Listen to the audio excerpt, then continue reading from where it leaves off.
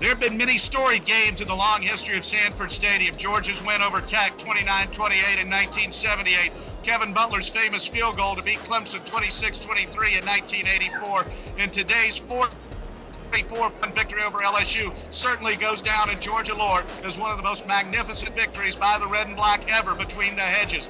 This game went back and forth, lead change after lead change, momentum swing after momentum swing. Georgia even lost star tailback Todd Gurley, America's best running back, to an ankle injury in the first half. He returned, but Georgia didn't blink. In the end, the special teams, which had struggled all season long, came up with the big plays, and the defense finally held one last gasp by LSU as they tried to come back and break Georgia's hearts. The victory cigars here in Athens will be tasting awfully good here tonight. 44-41, Dogs over LSU. From Between the Hedges, I'm Jeff Dantzler.